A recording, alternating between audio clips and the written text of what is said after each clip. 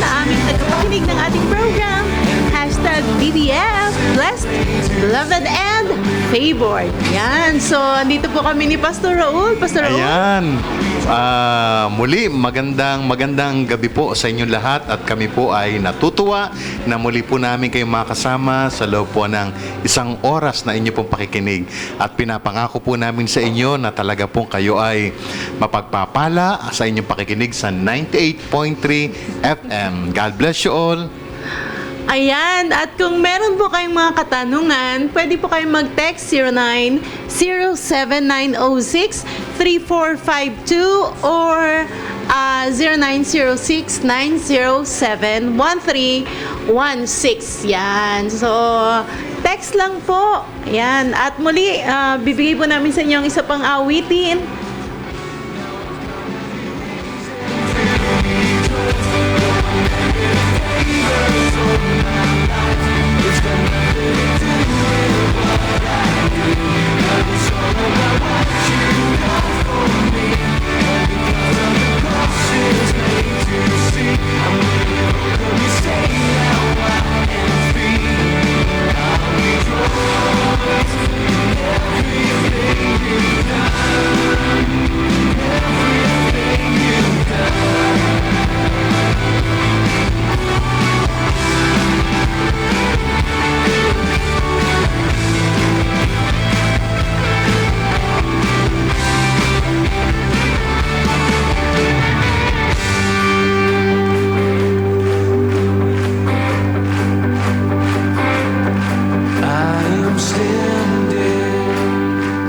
Under an open heaven, you sing.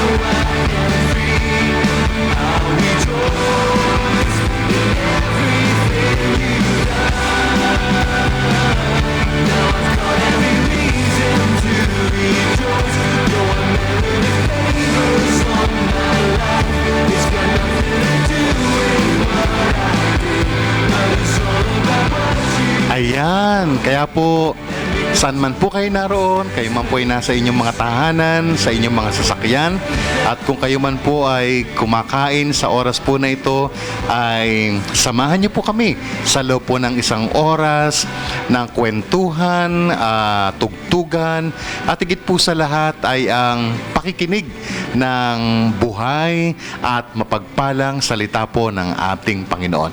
Kaya nga po kung kayo po ay meron pong mga prayer request, kung kayo po ay may mga sakit, tawag lang po o mag-text lang po kayo, o kung kayo po ay may mga pabati, hayaan nyo po na batiin po namin kayo.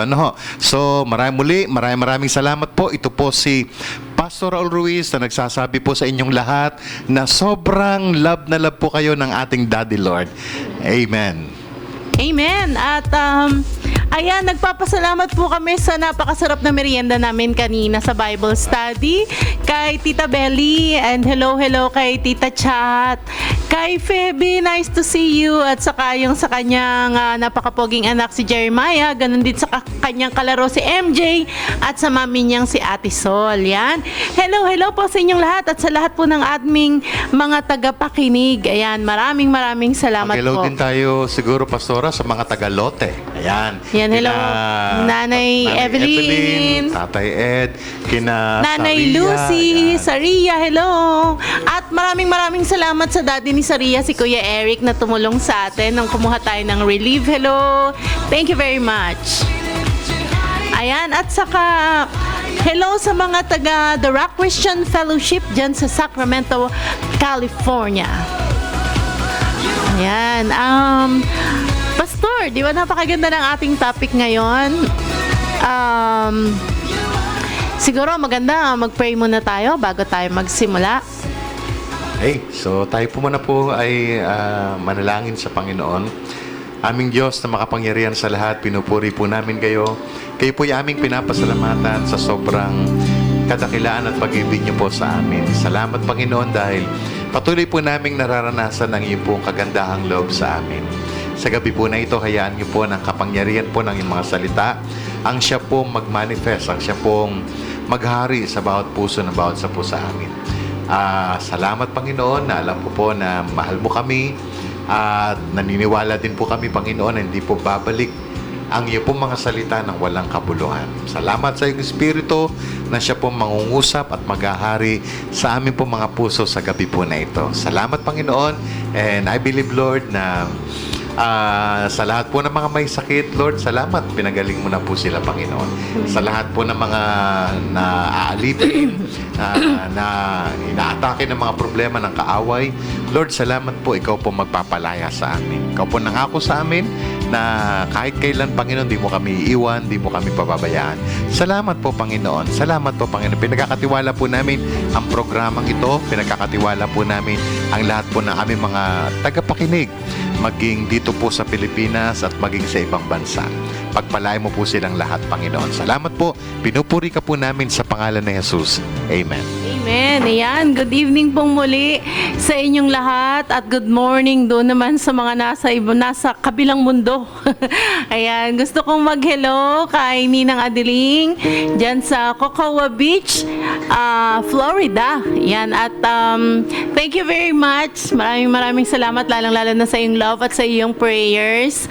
At hello din sa aking anak, kay Edlin Santiago dyan sa Taiwan, at sa mga magagandang prinsesa dyan sa Taiwan, dyan sa dorm.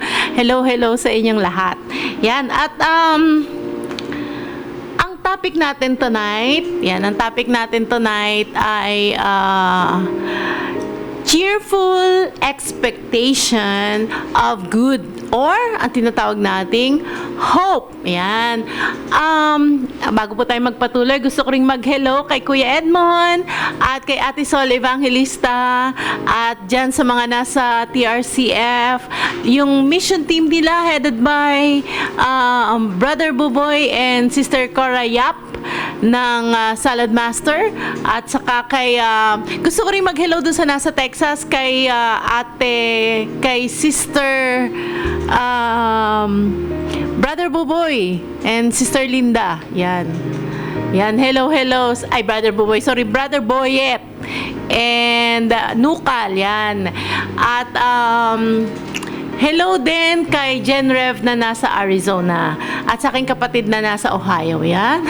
Daming international friends. Hello. So magpapatuloy po tayo. Ang ating pong topic ngayong gabi ay cheerful expectation of good.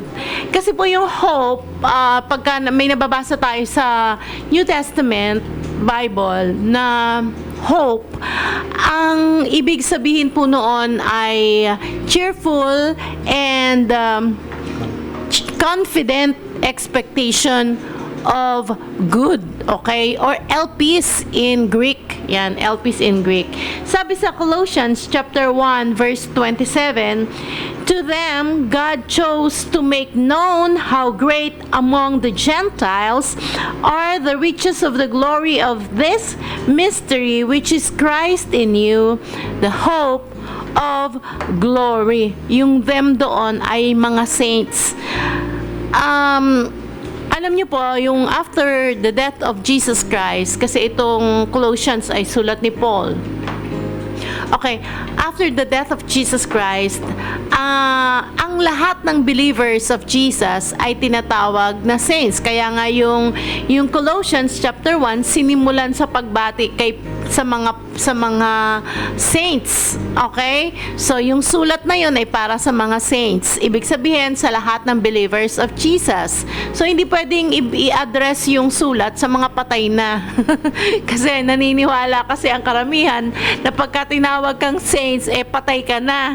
Okay? So hindi pwedeng i-address ni Paul ang kanyang letter sa mga patay na, kundi sa mga buhay na nananampalataya sa ating Panginoong Jesus. you. So ito din Colossians chapter 1 verse 27, naka-address din sa saints to mga sinasabi niya. To the saints or to them, God chose to make known how great among the Gentiles are the riches of the glory of this mystery which is Christ in you, the hope of glory.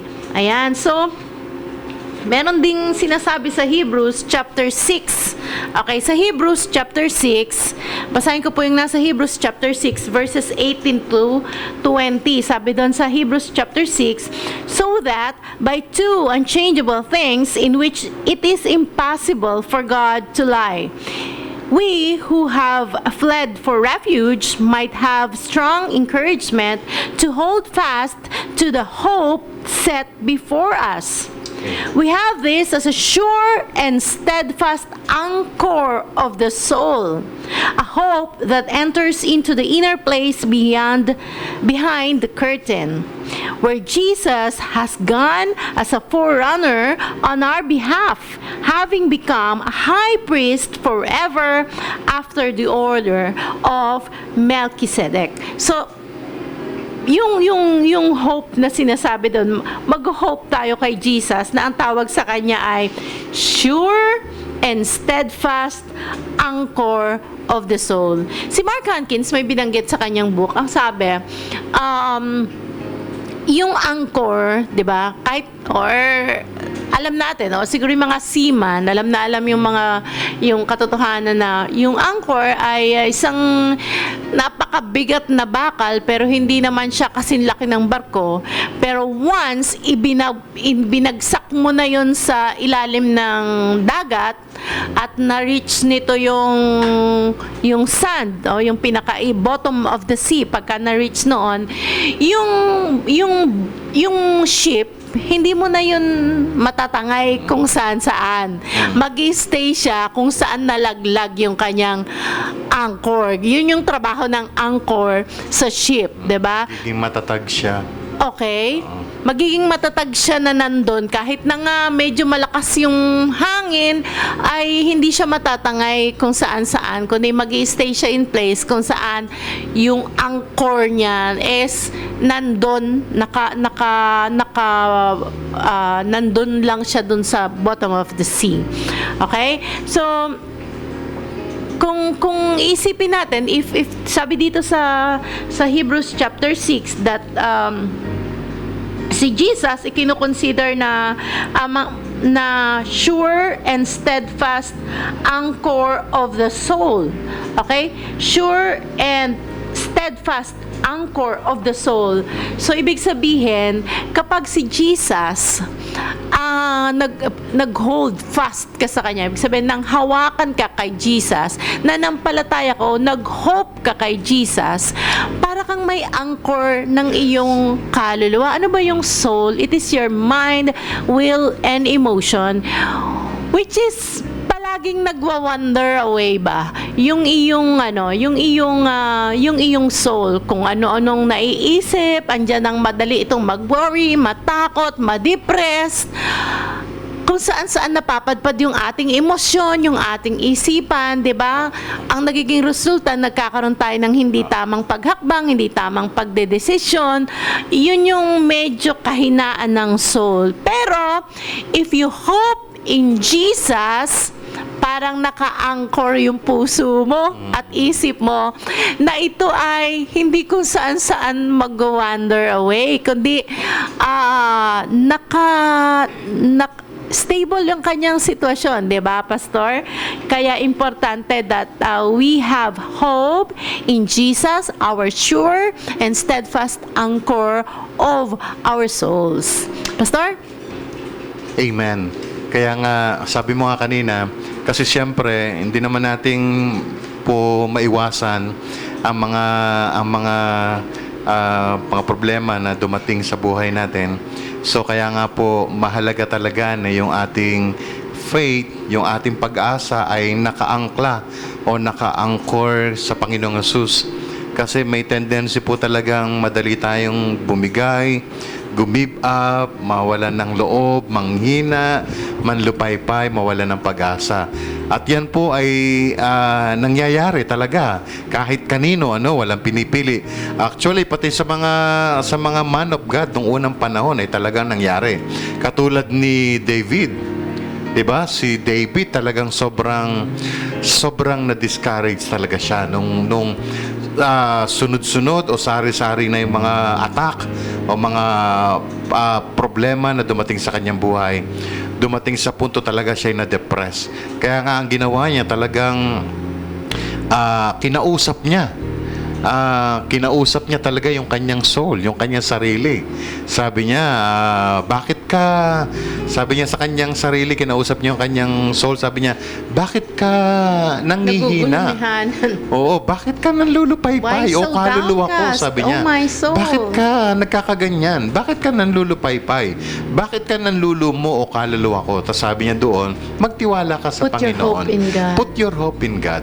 So kahit yung mga man of God, nung unang panahon, kumbaga talagang makita natin doon na direkta, nakakausap nila ang Diyos, talagang yung mga imposibleng bagay nararanasan nila, talagang grabe. Pero talagang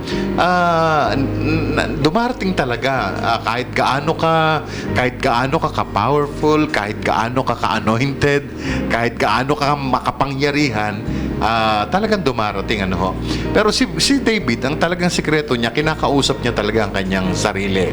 At sinasabi niyang mismo sa kanyang soul, huwag kang ganyan. Bakit ka nagkaganyan? Huwag ka manlumo. Put your hope in God.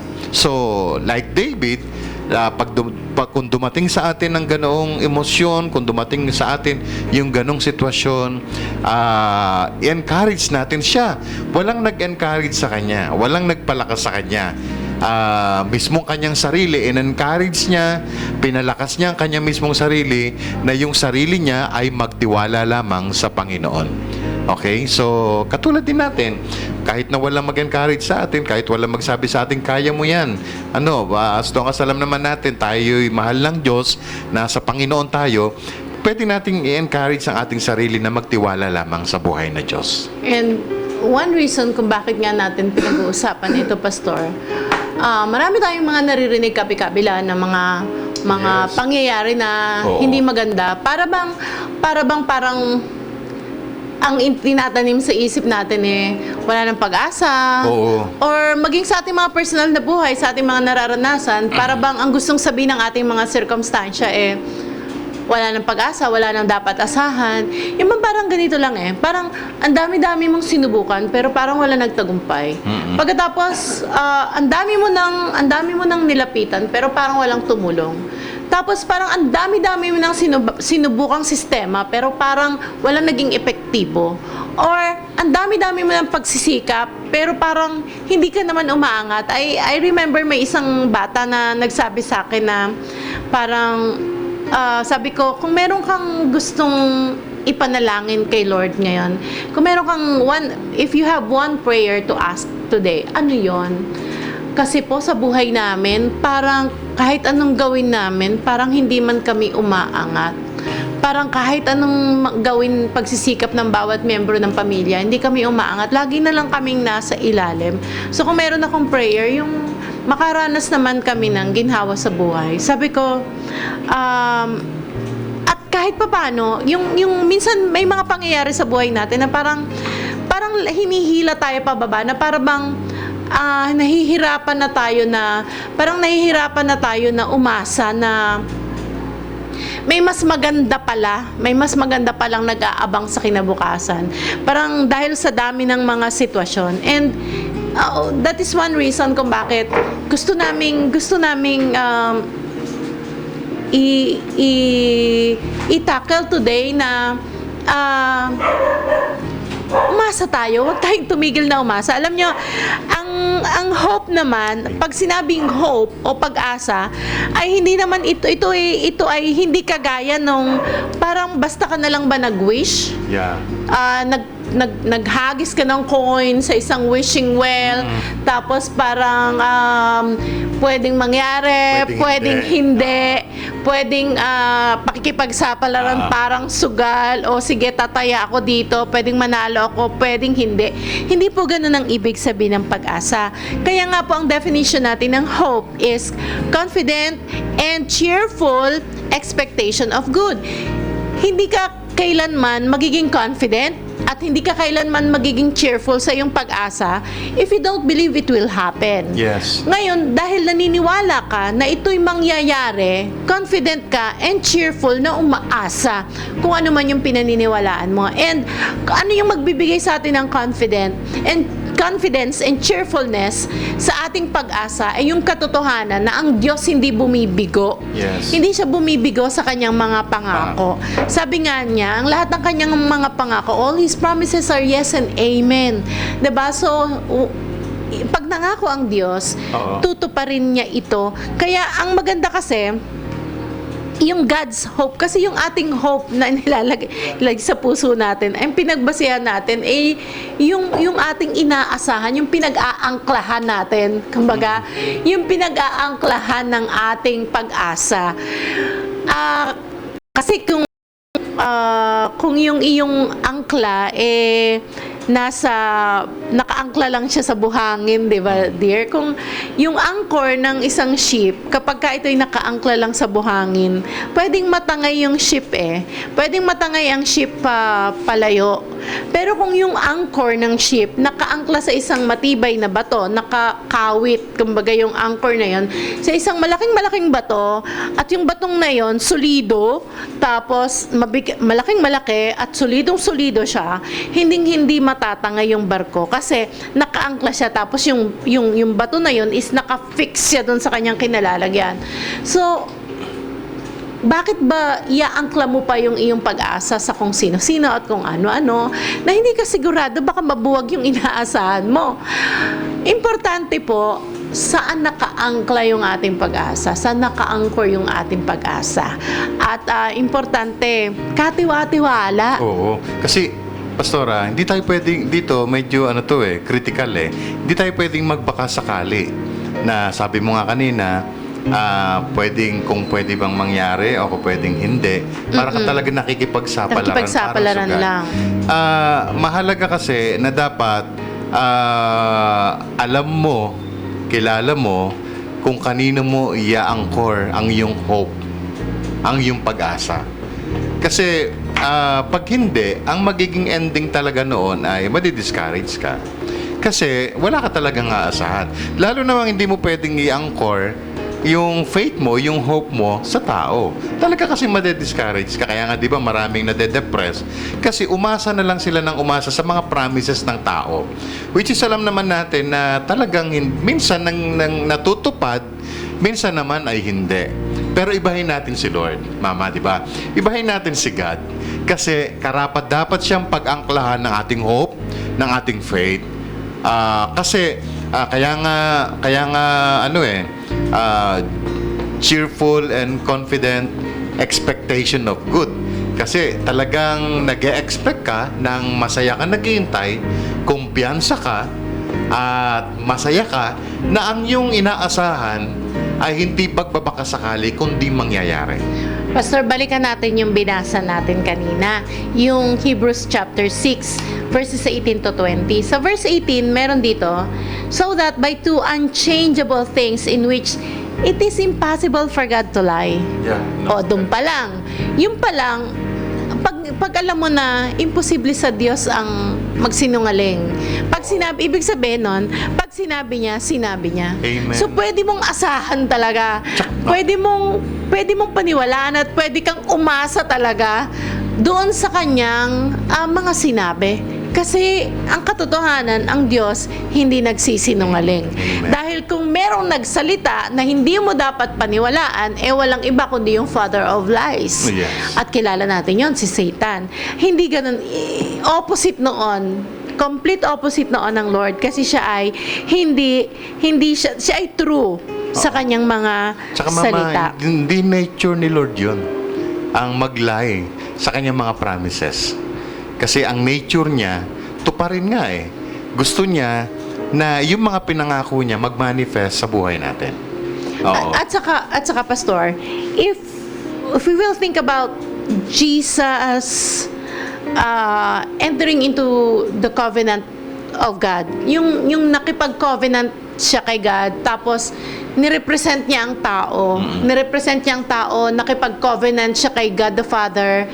Nang sa gayon, ang promises ni God para sa Gentiles, ang promises ni God para sa mga Jews, makinabang din ang mga Gentiles.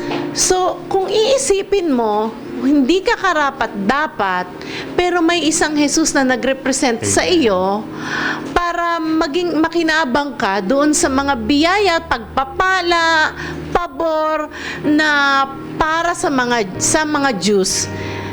Binigyan ka ng karapatan. Hindi mo pa rin ba dapat asahan ng isang Diyos na nagsakripisyo ng ganun para sa iyo? Nagsakripisyo ng ganun. Dito nga sa binasa natin, sa verse 19, sabi dyan, "We have this as a sure and steadfast anchor of the soul, a hope that enters into the inner place behind the curtain." Ano ba ibig sabihin nitong behind the curtain na ito ang binabanggit dito sa verse 19 ng chapter 6 ng Hebrews? Alam natin na nung panahon before Jesus came or before the cross, ang Holy of Holies, hindi pwedeng puntahan ng kahit sino. Mamatay ka pag pumunta ka doon kasi andun yung glory ni God, andun yung presence ni God, at hindi mo pwedeng puntahan because naturally, ang tao makasalanan. So, hindi ka pwedeng pumunta sa Holy of Holies. High priest lang ang pwedeng pumunta doon. Si Jesus as a man, pinuntahan niya yung Holy of Holies na yun. Ano bang ibig sabihin ng behind the curtain na to? Siya yung naging high priest natin. Siya yung naging, hindi lang siya high priest na naghain, na tagahain. Kasi ang trabaho ng high priest taga-offer. Okay? So, hindi lang siya yung naging taga-offer, siya rin yung naging offering. He was the lamb that was slain. At anong kahulugan nun? Anong ibig sabihin nun? Kasi pagka may lamb na inihain, na nagbubunang dugo dun sa Holy of Holies, ibig sabihin, all our sins are forgiven. All our sins are covered. At hindi pa yon, deleted ang lahat ng sins natin forever, once and for all. So may ginawa dun sa behind the curtain na sinasabi. Kaya nga nung nakabayubay ang ating Panginoon dun sa krus sa bundok ng Kalbaryo, nung sinabi niyang, "It is finished," tetelestai, teleo, nung sinabi niyang ganon, is may nahating tabing o may nahating curtain. So, ibig sabihin, ang ibig sabihin nun, malaya na tayong makapunta sa Holy of Holies na hindi tayo natatakot na pwede tayong mamatay o parusahan, matanggap natin yung wrath of God. So, yun, isang pag-asa yun. Isang pag-asa that we can appeal before the presence of a holy God. Pwede na tayong makalapit at eto pa, bakit hindi mo aasahan ng isang Diyos na hindi ka itataboy kahit na ano pang kapalpakan na ginawa mo? Bakit hindi mo aasahan ng isang Diyos na gusto pagpalain ka? Bakit hindi mo aasahan ng isang Diyos na sa kabila ng maraming mong karumihan ang sinasabi pa rin niya ay come? Sinasabi pa rin niya ay come. Okay? So, magpapatuloy tayo isang song ang ating papakinggan, and I think ang gustong-gusto ko po itong song na ito. Our God is greater. Yan.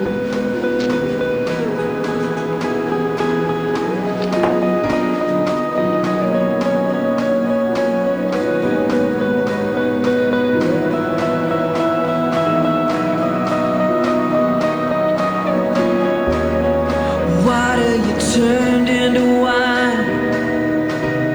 Open the eyes of the blind. There's no one like you.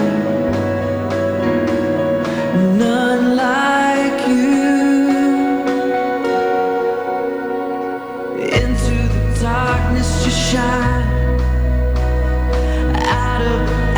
ashes we rise. There's no one like you,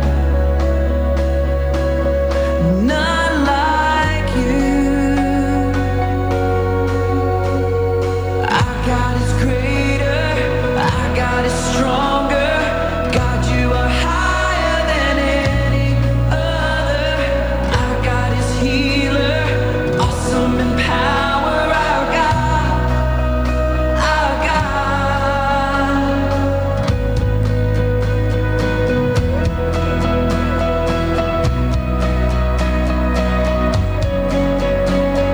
Into the darkness you shine. Out of the ashes we rise. There's no one like you, none like you. Our God is greater, our God is stronger. God, you are higher than any other. Our God is healer, awesome in power. Our God, our God. Our God is greater, our God is stronger. God, you are higher than any other. Our God is healer, awesome in power. Our God, our God. And if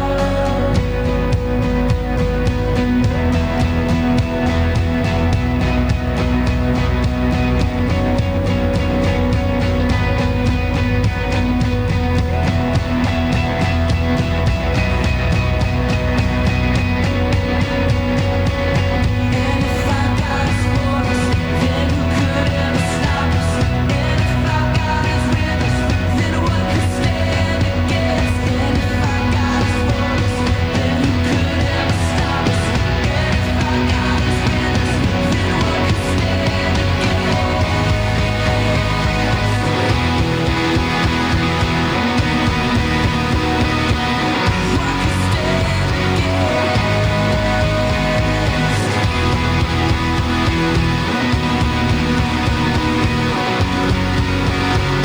Our God is greater, our God is stronger.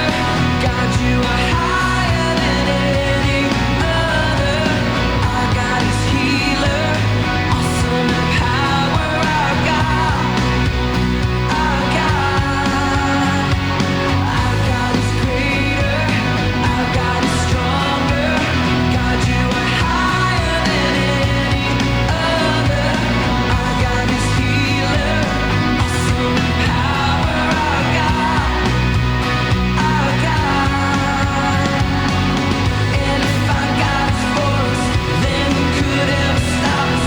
And if our God is with us, then what could stand against? And if our God is for us, then who could ever stop us? And if our God is with us, then what could stand against? Okay, nagbabalik po tayo. Our God is greater. Ayan po yung lagi nating tatandaan at I'm sure palagi tayong magkakaroon ng pag-asa. Okay? Sa Panginoon. Sa Romans chapter 5 verse 2, sabi po sa Amplified Version, through Him also we have our access or entrance by faith into this grace or state of God's favor in which we firmly and safely stand.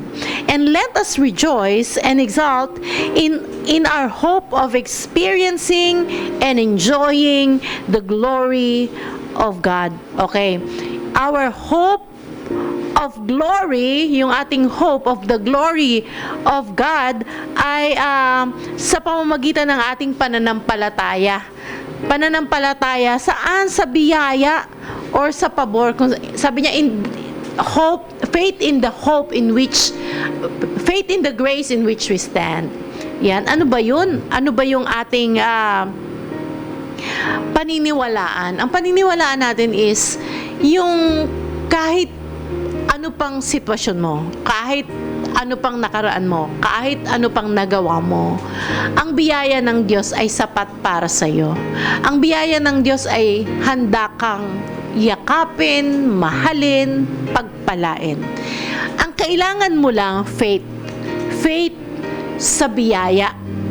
Pananampalataya sa biyaya, pananampalataya sa Diyos, kay Jesus na nagbigay ng kanyang buhay, namatay dun sa krus sa bundok ng Kalbaryo, na buhay na mag-uli. At dahil doon, meron siyang biyaya, meron siyang pabor na nakalaan para sa'yo. Ang kailangan mo lang ay pananampalataya. And mind you, there's nothing wrong with your faith. Why?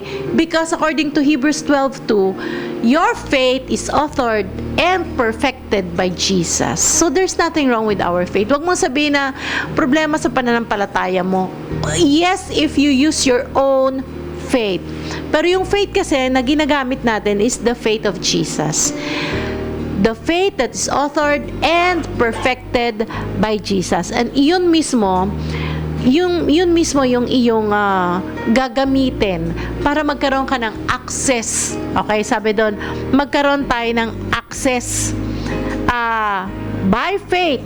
Okay, magkaroon tayo ng access by faith into this grace of God's favor or God's favor.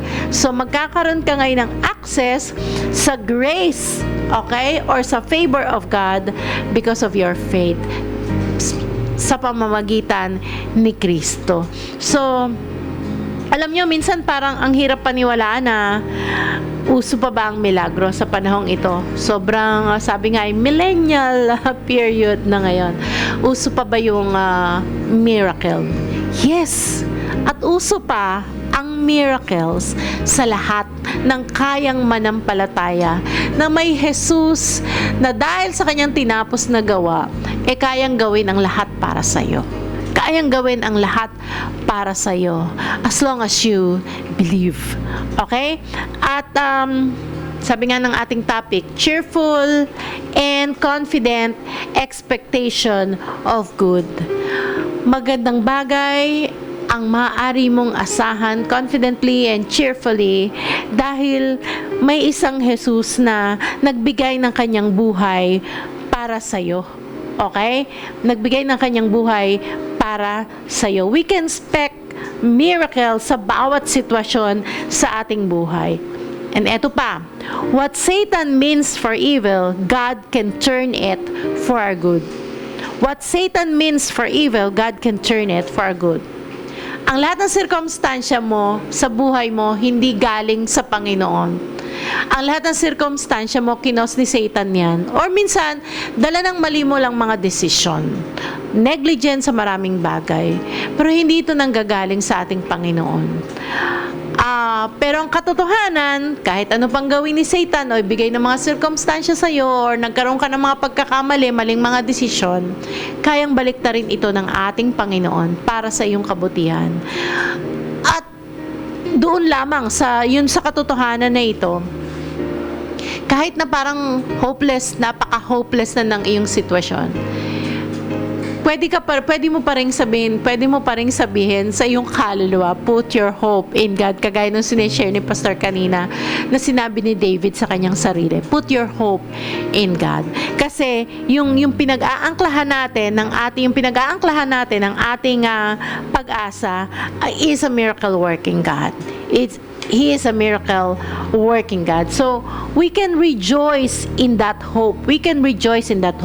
Yung kagaya nga ng binasa ko kaninang sa Romans 5:2, sabi niya, by whom also we have access by faith into this grace wherein we stand and rejoice in hope of the glory of God. Palagi po natin pinag-uusapan dito ang glory kasi ito yung fullness of God. Ito yung pag sinabing glory, ito yung binubuhos ng Diyos ang kanyang kabutihan, binubuhos ng Diyos ang magandang bagay para sa iyo. Pinaparanas niya ang magandang bagay na nakalaan para sa iyo, na binayaran ng banal na dugo ng ating Panginoong Jesus. Kagalingan ba kamo? Pag-ahon ba sa kahirapan? Wisdom ba kamo na kailangan mo lalo sa panahong ikaw ay nalilito na nasa crossroad situation ka? Ano ba?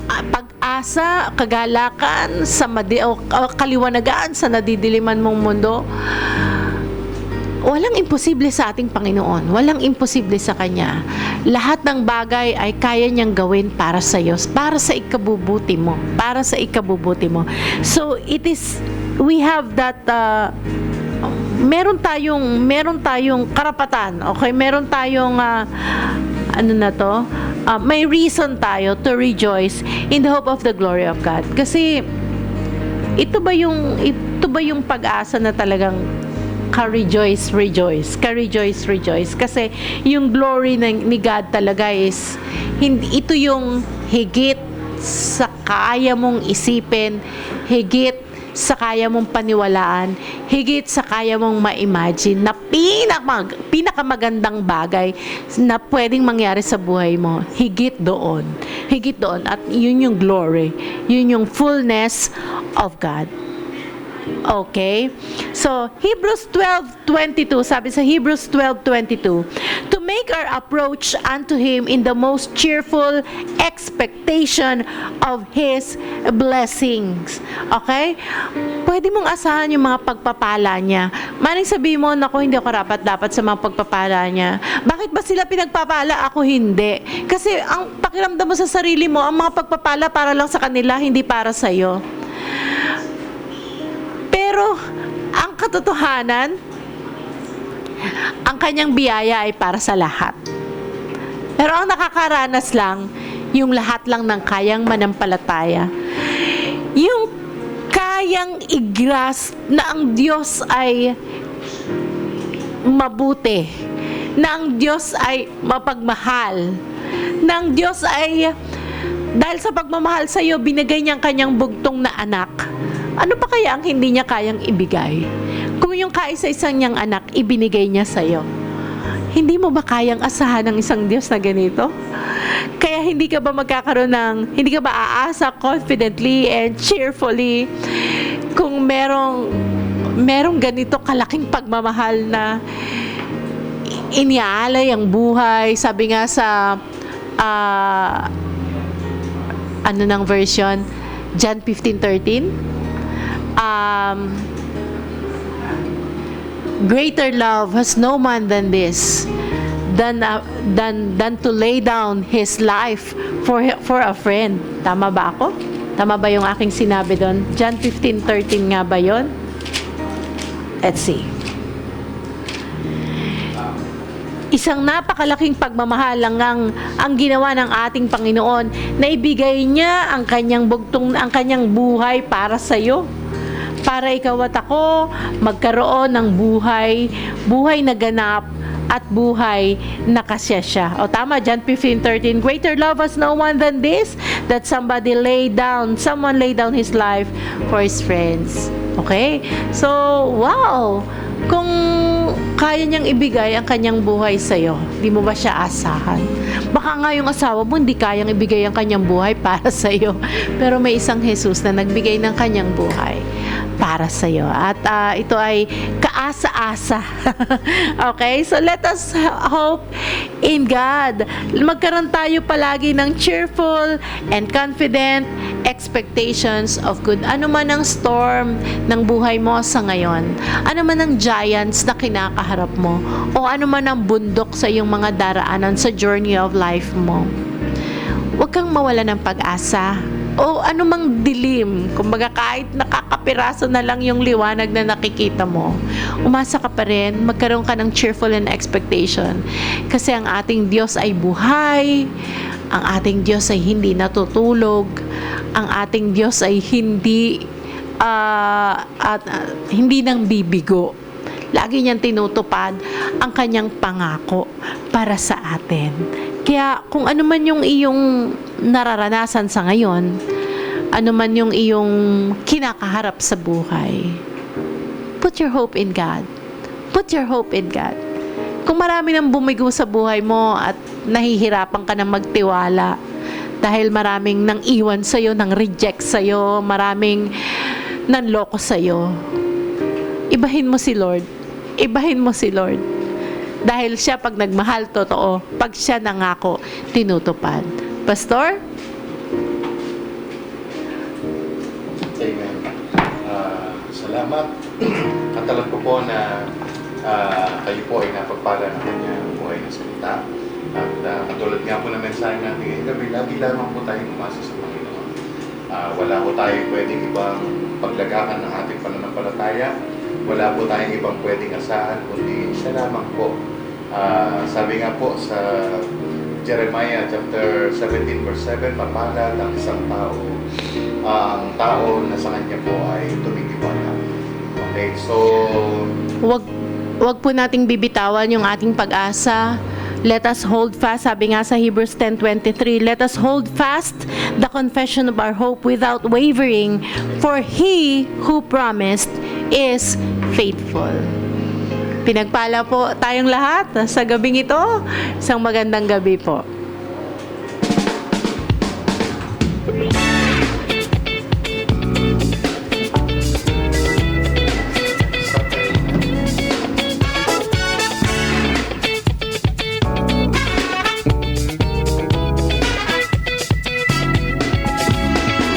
Pag-ibig ko ng lumang gitara, para bang nagbabalik tanaw.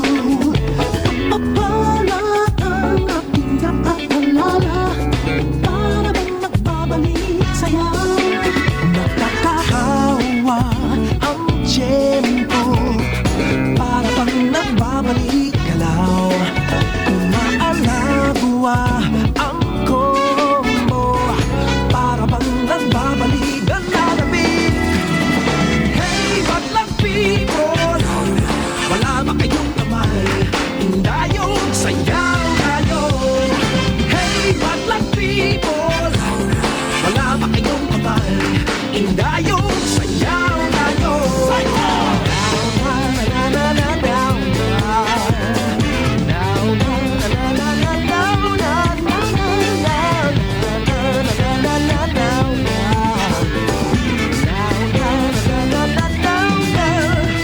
Ang palubak ng loob kapag nangabarag, para bang nagbabalik saya. Ang matapang ng damdamin pag natutuwa, para bang nawawalan kaba. Pag nagpupuri sa langit, para bang nagbabalik sa ilaw. Masasalamat ang awit, para bang nagbabalik ng Okay, so maraming salamat po sa ating mga tagapakinig, lalong-lalo na po dun sa mga sumusuporta sa ating ministry, sa dito po sa ating program #BBF, dito sa 98.3 FM Smile Radio. Salamat po sa inyong pagmamahal, sa inyong suporta, sa inyong panalangin para po sa program na ito. And we declare po na mas maganda pa po ang mga susunod na mangyayari sa ating ministry. Okay? Hello po and happy listening and thank you po for your love. Healthy Cooking Solutions of Sacramento, headed by Brother Boboy and Sister Cora Yap, dealer of Salad Master. The whole congregation of the Rock Christian Fellowship, headed by Pastor Velmer and Sister Connie Masuecos. Mission team of TRCF, headed by Brother Boboy Yap and Sister Cora. And hello din po kay Sister Mini. Yan. Music team of TRCF headed by Brother Rick and Sister Larry Mangera, with Brother Leo and Sister Marisa Suwan, Ezra Cortez, Nora and Benny Tabingo, Tony Nucal, EJ and Frances. Hello din po to Josie Evangelista, Janet and Calvin Allen, Nucal family of Sacramento and Texas. Magpantay family sa Munting Batangas, Consihal Richard, Alice, Jeff and Jam, Jimmy, Queen Adrian, Kim J at Sed, Casey and Kathy, Grace Steele, Jack Nika, Micah, Gio, Nante, Nabel, Magpantay na Abu Dhabi, Victor, Malu, Chakbong, Maye and Arjo. Evangelista and Alzate family also in Munting Batangas, Melchis and Darwin Almario, Iya and Yana Valencia at Ate Annie Abelia, and all CHO staff.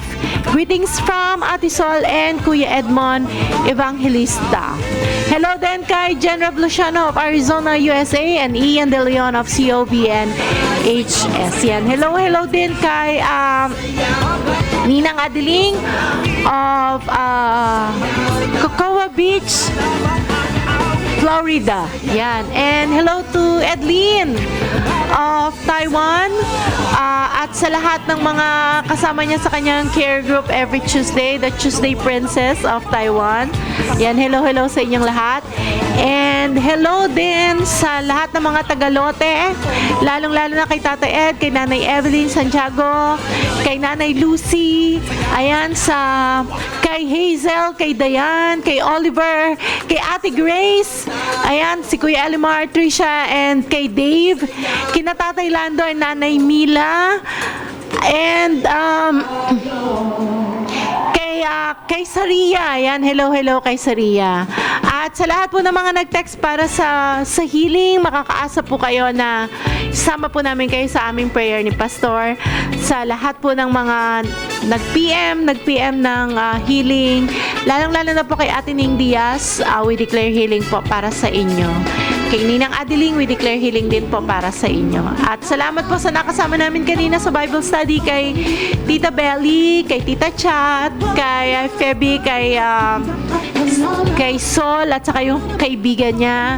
Ganun din doon sa dalawang cute na bata, kay Jeremiah at saka kay MJ. Yan, hello. And see you bukas. Lahat ng mga friends namin dyan sa Bangkal. Ayan, sa resettlement area. Magkita-kita po tayo bukas ng morning. Yan. At hello din kina Ate Mila Ongking ko. At kay Ate Lotlot at saka kay Ate Gigi. Yan, kay Ate Joy Perez na laging nakikinig sa atin. Sa lahat po, kay aking kumaring maganda, kumaring Rosie Ocampo. Yeah, sorry. Yan, hello sa inyong lahat at sa lahat ng mga nakikinig. At kay Kisha na nandyan sa Angeles. Ingat ka, baby. Love you.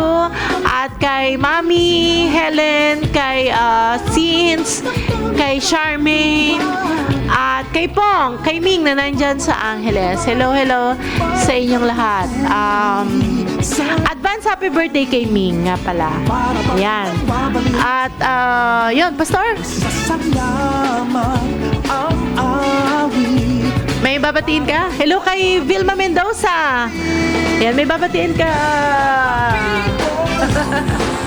Kaya binabati ko po si mama kong napakaganda na nandyan sa bahay, na si Vilma Mendoza, at binabati ko din po si Dada, si Nanay Meli, si Gado, at si Kuya JR, at si Kuya Undo, at si Ate Kangkang dyan sa bahay. Hello po. Hello din kay Samson, get well soon Samson, and 1010, miss ka na namin. At get well soon din kay Brian, we declare healing to be upon you all. Yahweh kayo. Hello din sa mga taga Mountain Province, lalong-lalo na kay Sir Mario, kay Ma'am Telma, kay Sir Fred, at saka kay Sister Divine at sa kanilang mga anak. Hello sa inyong lahat. Sa Yahweh tayo. Sayaw. Sayaw tayo. Sa Yahweh tayo. Ayan, maraming salamat po sa inyong pakikinig sa ating program. #BBF, #blessed, beloved, and favored. Ayan. At ito po yung lagi naming iniiwang mensahe sa ating pong linggo-linggo na radio ministry. Lagi nyo pong tatandaan, love na love po kayo ng ating Daddy Lord. At kahit ano pa po yung inyong mga pinagdaanan, kahit ano pa po yung inyong mga kapalpakan, kahit ano po yung inyong mga pagkakamali, ang Diyos po ay nagpapatawad at ang Diyos po ay nagmamahal. At kung meron po kayong lalapitan sa panahon ng kawalan ng pag-asa, na na para bang mag-isa ka lamang. Meron pong isang hindi ka bibiguin at hindi ka iiwan, hindi ka pababayaan. At handang-handang tulungan ka. At gustong-gustong pagpalain ka. At higit sa lahat, napakamakapangyarihan niya at sobrang taas ng pagmamahal niya para sa iyo. At ang gusto niya para sa iyo, pagpalain ka at magandang buhay para sa iyo. Masayang buhay.